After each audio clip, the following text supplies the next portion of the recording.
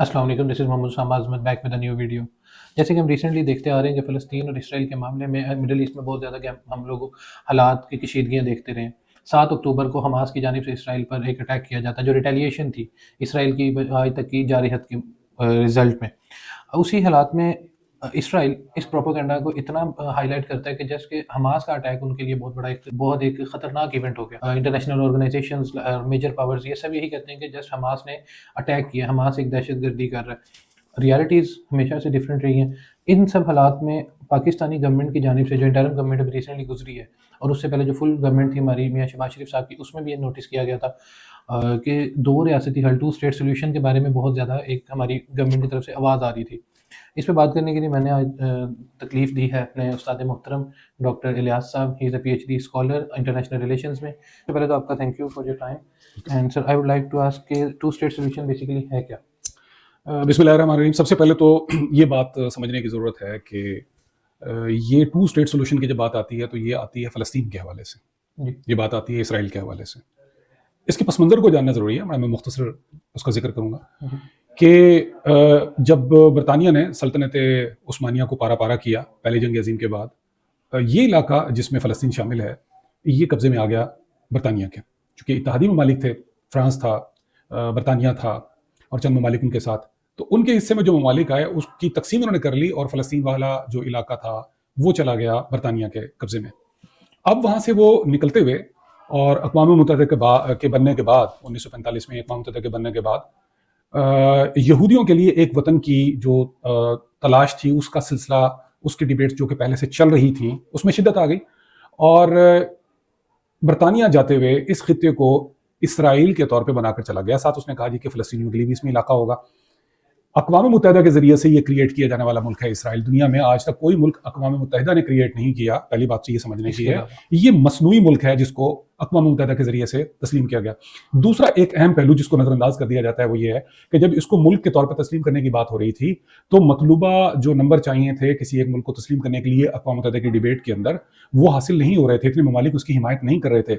इसकी रायशुमारी 3 मरतबा हुई, अमरीका ने करवाई, बाद मुल्कों को धौंस के जरिए से, बाज़ को कुछ इंसेंटिव्स देकर राजी किया गया कि जनाब जो है जी आप इसराइल को तस्लीम कर लें। इस तरीके से ये एक मुल्क मारज़ वजूद में आया। तो इसलिए सबसे पहले ये बात समझने की ज़रूरत है कि ये फ़लस्तीन जो है, इसराइल जो है, वो एक मसनूई मुल्क है जो मुसल्लत किया गया बड़ी ताकत बरतानिया की जानिब से। दूसरे ये कि यहूदियों का दावा ये है कि हम लोग यहाँ हज़ारों बरस रहे हैं, तो हज़ारों बरस जो है वो तो यहाँ पर फ़लस्तीनी भी रहे हैं। बिल्कुल। उनको इसराइलियों को वहां से निकाल दिया गया, यहूदियों को वहां से निकाल दिया गया, रोमन एम्पायर ने निकाला, यूरोप में वो रहे, दुनिया के और मुल्कों में रहे, वहां पे उनके साथ जो कुछ सलूक होता रहा सिवाय मुसलमान इलाकों के वो सबके सामने। यूरोप वालों ने उनके साथ बुरा सलूक किया। जब वो अंदलुस के अंदर मुसलमानों के पास थे, यहूदी रह रहे थे, तो मुसलमानों के दौरे हुकूमत में तो वो बहुत अच्छे रह रहे थे। बिल्कुल। सल्तनत उस्मानिया के अंदर भी उनका बिल्कुल कोई उनके लिए मसला नहीं था, मसला तो यूरोप के अंदर था। बिल्कुल। तो अब उसके बाद जो कुछ भी हिटलर ने किया उनके साथ, जिसको अगरचे बढ़ा चढ़ाकर बयान किया जाता है, तो वो उसका सारा कसूर और नज़ला जो है वो फ़लस्तीनियों पर क्यों गिराया जाए और ये क्यों कहा जाए कि ये तो हज़ारों बरस यहाँ पे रहे हैं, लिहाजा ये उन्हीं की सरजमीन है और उनके साथ प्रॉमिस किया गया था, उनकी किताबों में मौजूद है, ये ज्यूइश होमलैंड है, वगैरह वगैरह वगैरह। तो फिर इस तरीके से तो ये सवाल किया जा सकता है कि एबोरिजिनल्स जो हैं ऑस्ट्रेलिया के, उन कल को वो अगर उठ के कहेंगे कि हज़ारों साल से हम रह रहे थे, आप तो 1800 कुछ में आए हैं या 1700 कुछ में आए हैं, यहाँ पर निकले यहाँ से, तो what will happen? What will be the white race doing there in Australia and New Zealand? Same is the case with America and the Latin American countries.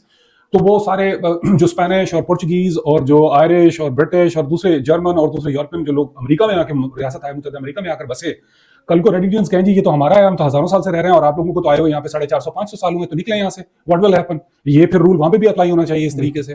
तो इसलिए इसमें कोई लॉजिक नहीं है, ना ये कोई दलील बनती है कि जनाब चूंकि हज़ारों साल रहे, हालांकि फ़लस्तीनी भी हज़ारों साल वहाँ रहे, लिहाजा जनाब अली अब उनको एक रियासत बनाकर दे दी जाए। तो जब वो रियासत बनाकर दे दी गई तो उसका 56% इलाका फ़लस्तीन का जो था वो दे दिया गया इसराइल को, और रिमेनिंग जो था तकरीबन 44 तकरीबन % बनता है, वो दे दिया गया फ़लस्तीन को। लेकिन जैसे ये ऐलान हुआ, जंग शुरू हो गई और इसराइल ने जो है वो मजीद इलाकों के ऊपर कब्जा कर लिया फ़लस्तीन के, जो प्रपोज किया गया था अक़वाम मुत्तहिदा की जानिब से। उसके बाद 1967 के अंदर फिर लड़ाई हुई और मजीद और बहुत सारे इलाकों के ऊपर उसने कब्जा कर लिया। और सूरत हाल ये है कि इस वक्त बड़ी हद तक के इलाकों पर जो है इसराइल ने कब्जा जमा लिया, जो कि फ़लस्तीनियों के इलाके थे, उस प्रपोज प्लान के मुताबिक जो अक़वाम मुत्तहिदा के ज़ेर इंतज़ाम तय किया गया था, और उसके अंदर मुख्तलिफ जंगों के अंदर ये सिलसिला जारी है। तो इसलिए ये सवाल पैदा हुआ कि 2 रियासतें कैसे बनेंगे।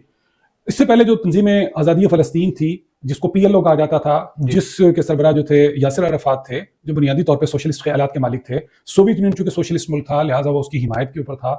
تو اس کے بعد جب سوویت یونین ڈیزالو ہوا یا اس کے قریب تھا تو فلسطینی قیادت کو بابر کرایا گیا کہ بھئی آپ کو اگر ہمارے ساتھ رہنا ہے، آپ نے اگر ایگزسٹ کرنا ہے تو پھر آپ کو اسرائیل کو تسلیم کرنا پڑے گا. پھر اوسلو میں جو ناروے کا دارالحکومت ہے وہاں پر ہونے والے مذاکرات کے نتیجے میں اسرائیل کے وزیر اعظم کو اور فلسطین کے جو PLO کے سربراہ تھے یاسر عرفات کو ان کو بلایا گیا، ان کے درمیان ایک معاہدہ کروایا گیا، دونوں کو نوبل پرائز دیا گیا پیس کا.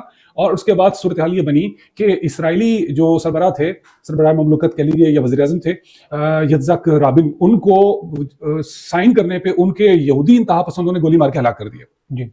اور انہوں نے بھی تسلیم نہیں کیا کہ یہ دو جو ہے نا کوئی ریاستیں ہو سکتی ہیں. دوسری جانب جو تھا فلسطین کے اندر ابتدائی طور پہ کچھ لوگوں نے تسلیم کر لیا، لیکن بعد میں جو ہے فلسطین کے لوگ جو انہوں نے کہا کہ نہیں، ہمیں یہ ہمارا ملک ہے، اس میں دو ریاست والی کہاں سے بات ہے، ایک ہی ریاست ہونی چاہیے. تو حماس خاص طور پہ انہوں نے کہا کہ نہیں، ہم اسرائیل کو نہیں مانتے. اسرائیل کہتا ہے ہم حماس کو بالکل فنا کر دیں گے. تو ادھر سے حماس کا بھی پھر یہ رسپانس ہوتا ہے جی ٹھیک ہے، پھر اگر ایسا ہے تو پھر ہم بھی آپ کے لیے ایسے ہی رد عمل کو ظاہر کریں گے. تو اس لیے یہ فلسطین کا مسئلہ اور یہ دو ریاستی معاملہ جو ہے، یہ اس کی جو مختصر داستان میں نے آپ کے سامنے رکھی، لیکن 90s کے اندر ہونے والے اس معاہدے کے باوجود اس پہ کوئی پیش رفت نہیں ہوئی ہے.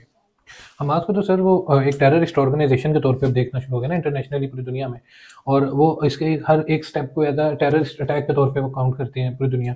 اور پھر دوسری بات آپ نے کی تھی کہ میں تھوڑی سی یہ بات آپ کی کاٹوں گا کہ ساری دنیا حماس کو ٹیررسٹ ڈکلیئر نہیں کرتی. نہیں، not Muslim states, even Europeans, Ireland اس کو تسلیم نہیں کرتا ٹیررسٹ. ایون BBC اس کے اوپر پریشر تھا برطانوی حکومت کی طرف سے اس کو ٹیررسٹ کے لفظ استعمال کرو، BBC نے نہیں مانا، اگرچہ BBC کی رپورٹنگ پھر بھی اسرائیل کے حق میں جانبدار ہے.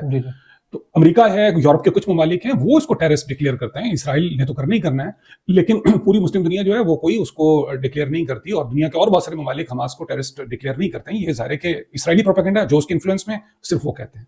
جی سر، ایک چیز اور تھی کہ جو آپ نے کہا تھا کہ جب انہیں نکال دیا گیا تھا، جو اس کو نازیز جو ایک ایونٹس ہوتے ہیں اور اس کے بعد ہٹلر کے جو ایونٹس آتے ہیں، اس کے بعد جب وہ وہاں سے اپنی جگہ سے نکلتے ہیں، اپنے ملکوں سے نکالتے ہیں، ملک بدر ہوتے ہیں، تو مسلمان ان کو پناہ دیتے ہیں فلسطین میں. پھر اس کے باوجود وہ سمپتی کا نعرہ آج بھی پوری دنیا سے، جیسے آپ کو پتہ انہیں ایڈ ملتی ہے ہر اسرائیلی کو، امریکہ ان کو دیتا ہے اور یورپ ان کو پے کرتا ہے کہ بینگ اے جیو آپ کے ساتھ بہت ظلم ہوتا رہا، اسی لیے وہ اس وقت سب سے زیادہ طاقتور ہے. امریکہ یہ اوپنلی کہتا ہے کہ I am Israel, and Israel کہتا ہے کہ آئی ایم امریکہ.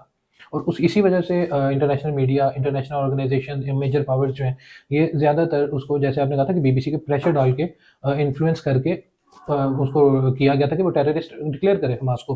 تو سر آپ کو نہیں لگتا کہ یہ جو 2 اسٹیٹ سولوشن ہے، اس سے فلسطین کو کوئی بینیفٹ مل سکتا ہے ان سارے حالات میں؟ اگر آپ اس کے میپ کو دیکھیں تو فلسطین کے 2 پارٹ ہیں، وہ آپس میں کنیکٹڈ ہی نہیں ہیں.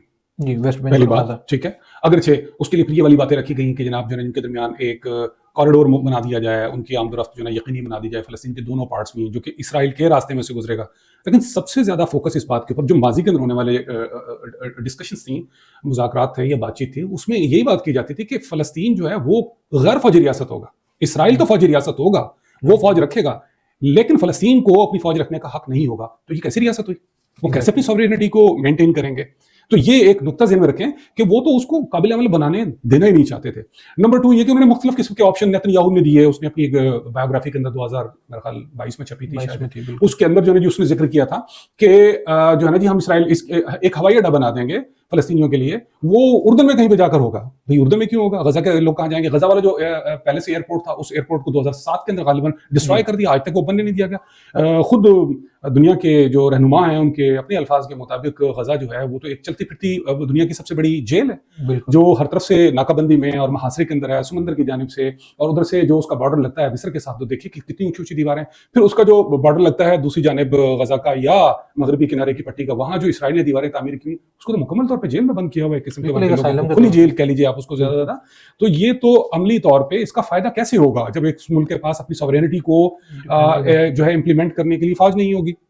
سارا کنٹرول جو ہے وہ اسرائیل سنبھالے گا. مگر اب تو بات اس سے مزید آگے جا چکی ہے، اب تو بات یہاں تک پہنچ گئی ہے، وہ کہتے ہیں کہ اس کا کوئی وجود ہی نہیں ہے اور کوئی فلسطین نام کا کوئی ملک نہیں بنے گا. اگر بنانا ہے تو ان کو کہیں اور جا کر بسا دیں، یہاں پر ہمیں بنانے کی ضرورت نہیں ہے. حالانکہ اصل میں تو ہونا یہ چاہیے تھا کہ ہٹلر نے جو کچھ ان یہودیوں کے ساتھ کیا जो कि यकीनन बुरा था, तो असूली तौर पे यूरोप ही अपने किसी मुल्क के अंदर कोई जजीरा जो है बना देता, उसका कोई जजीरा कोई मुल्क डोनेट कर देता, खुद जर्मनी अपने अंदर कोई इलाका दे देता अपने उस गिल्ट की वजह से, Compensate तो वो वहां पे करते। अमेरिका के अंदर जगह पड़ी है बहुत सारी, वहां पे वो कर लें जाकर, जो उसका सबसे बड़ा सरप्रस्त है। फलस्तीनियों का क्या कसूर है सारे के सारे मामले के अंदर? ऑस्ट्रेलिया भी ऑलमोस्ट 85% तक बिल्कुल बैरन पड़ा जी, है, तो वहां पे उनको बना दें जी।